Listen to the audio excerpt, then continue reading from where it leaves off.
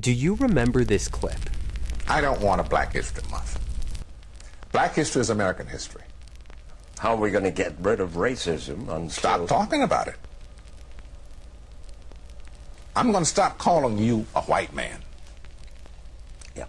And I'm going to ask you to stop calling me a black man. I know you as Mike Wallace. You know me as Morgan Freeman. What do you think about what he said? I personally agree. If you want to end racism, stop talking about it. I love the simplicity of that from Morgan Freeman. He wasn't saying there isn't racism, but he's saying the way to stop this incessant stuff that you've exposed in your movie is to just stop making it such a big issue all the time. Right, exactly. And you know, I also, we thought about that moment from Morgan Freeman when we were making the film. I don't know if you were to ask Morgan Freeman today, would he say the same thing? I hope so. I'm not sure. And it really is that simple. Now, there are people who could go too far on the other end and say, you know, actually race, it doesn't even exist. It doesn't matter at all. It's completely irrelevant. I mean, it's a real thing. It matters. It's part of who you are. Just like I'm a man, that matters. It's part of who I am. Race, it's not important. I wouldn't class someone higher just because of their race. That is nonsense and immoral. But with race, it doesn't need to be the central focus of you know, every interaction that you have with someone. You can notice, oh, that person's of a different race. Fine, and then you just move on with your life. And that's, I think that's the mode that most people would be in if these grifter types would allow it, but they won't, because that means less influence and power and money. The media just pushes this agenda to keep us occupied from the real problems that are happening in today's world. I mean, did you work out what DEI really is at its core?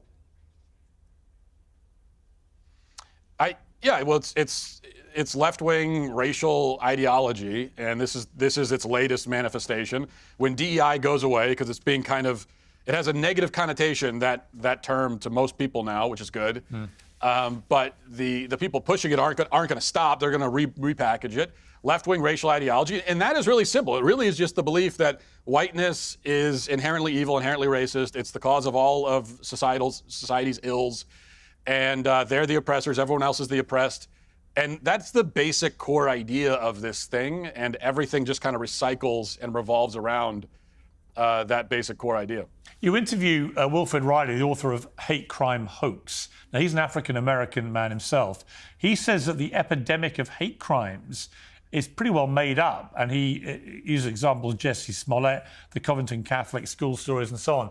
I mean, the Smollett one to me was a really insidious story, where you have a very famous Black American television star inventing a effective lynching or attempted lynching by two people.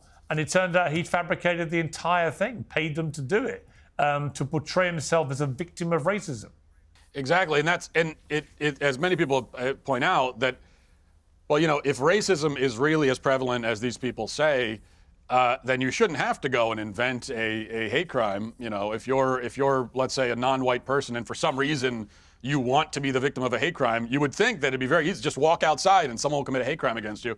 That's the way they portray it. But turns out that, you know, you have to kind of set it up for yourself. Racism exists, but it became very limited in terms of people and places.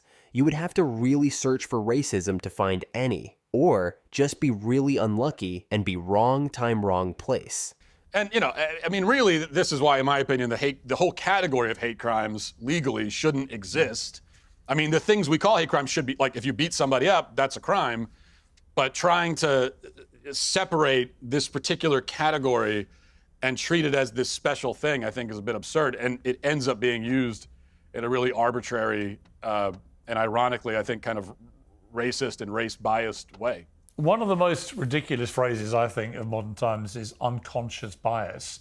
And one of the people that spews this a lot is Prince Harry, who obviously married a mixed-race woman, Meghan Markle, but he's always on about unconscious bias. His own royal family members showed unconscious bias. I know these people. They're not remotely racist. They don't think in a racist way. They're not racist consciously or unconsciously. But that's become a real stick now to beat people with.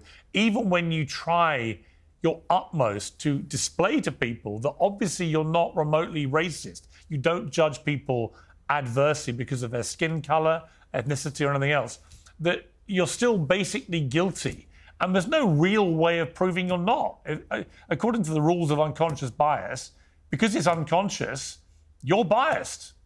You cannot be unconscious bias, because then people can just say whenever they want that you're racist or whatever. Unconscious bias doesn't exist, like how somebody else knows when you're biased. Exactly, and that's what makes unconscious bias. I think you're right. It makes it so insidious that there's no. It's unfalsifiable because it's unconscious. So if you say, "Well, I'm not biased," they say, "Well, exactly, it's unconscious," and then that puts these people in the position where they say, "Well, you don't even know what's happening in your own mind. You're not an authority on your own mind.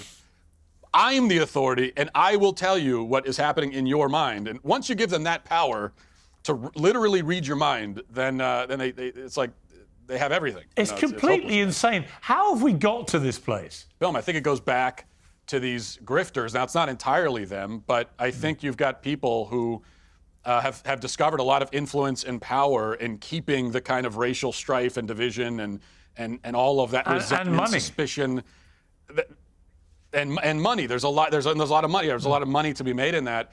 And so they're not going to allow, so they want to keep it there. They're not going to allow people to revert to this state of just kind of, treating race in a sort of casual way where it isn't very loaded to them. They don't want to allow that because that means less money and less power for them. They just try to keep you away from real problems. I also think this whole thing of microaggressions, where are you from? Where were you born? Do you speak good English? This was the University of Minnesota. These are all deemed microaggressions. You're Asian, how come you're not good at maths? University of Edinburgh. I don't see colour. National Education Association, because apparently denies a person's of colour's racial, ethnic experiences. I mean, it's all just garbage. Unless it's intended in a derogatory way or a sneering manner. So if you say, yeah, I don't see color people any different, they're going to say, yeah, you're a racist because you don't acknowledge their history. Like, what is that? If they want to make you a racist, they will, even if you're not. None of those things are aggressive. They're just questions people would ask. I mean, the whole royal family row, for example, about the potential skin colour of Prince Harry's son, Archie, was apparently based around one of the members of the royal family saying, given Meghan Markle's parents, one's white, one's black, what skin colour could the baby be? That's not a microaggression. It's not an aggression of any kind. Unless the question was delivered, I hope it's not going to be too dark. That's a microaggression. That's racism.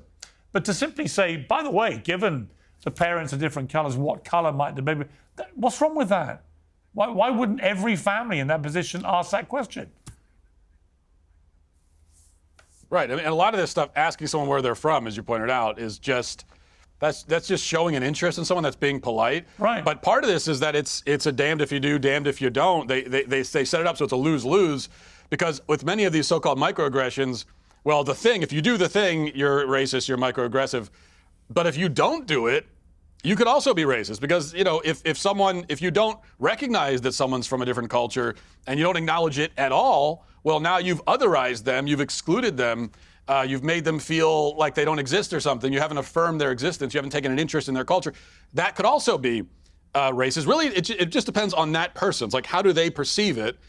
Do they want you to ask, or do they not want you to ask? And you're supposed to know that going in. Right. And if you do the wrong thing, then it's automatically racist, apparently. One of the criticisms you've had is this whole concept of unconscious bias and so on, that actually a lot of people who are genuinely racist don't think they're racist.